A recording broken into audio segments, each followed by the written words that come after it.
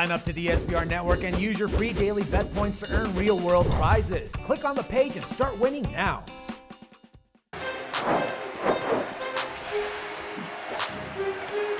Welcome everyone, I'm Jordan Sharp. The NBA second round of the playoffs tips off tonight on Monday evening with a couple of great games, and the first one on for us is an Eastern Conference 1 versus 5 battle between the Washington Wizards heading into Indianapolis to play the Pacers tonight, and the Pacers come in as a 4-point home favorite with a total of 183.5 points. Now Indiana, quick turnaround from their Game 7 victory against the Hawks.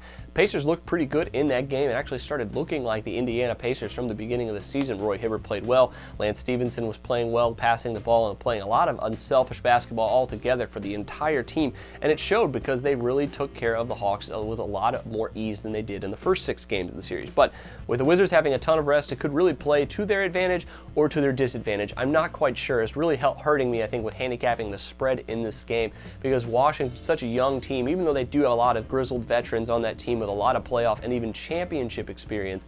I don't know what that extended layoff is going to do to them, especially those 2 young guards of Bradley Beal and John Wall. However, it could help them, really depends, but I do think one thing it will not help is their offense. I think they could just be a little bit rusty after the extended rest. Might come out just a little bit flat in the hostile environment of Indianapolis, especially with Indy just fresh off of that tough series and a 7-game series. Now, but I do think the total here at 183.5 points has a little bit of value, and it could be because all 3 of the regular season matchups between these 2 teams, which Indiana won 2-1 straight up and against the spread, but all 3 of them went under the total. Now, all 3 of those totals were around 185 to 186 points, depending on which ones you bought in on. But 183.5 is still not that bad of a total here for these 2 teams to go with an under wager. I think between those 2, if you look back at their regular season matchups, the under just flew below the total in all 3 of those matchups. Like I mentioned, they were all around 185 to 186 points,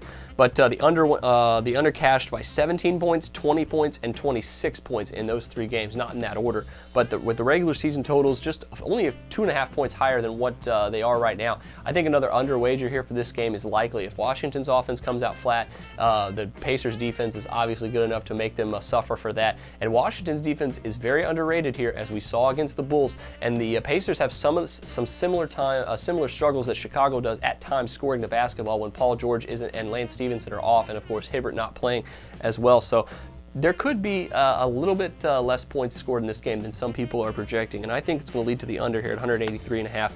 Final game versus one another, Indiana only scored below 80 points, so this could be a very defensive series that a lot of people aren't projecting. I think we could cash the under a lot here. So under 183.5 is your pick here for this game. Best of luck to you on this one.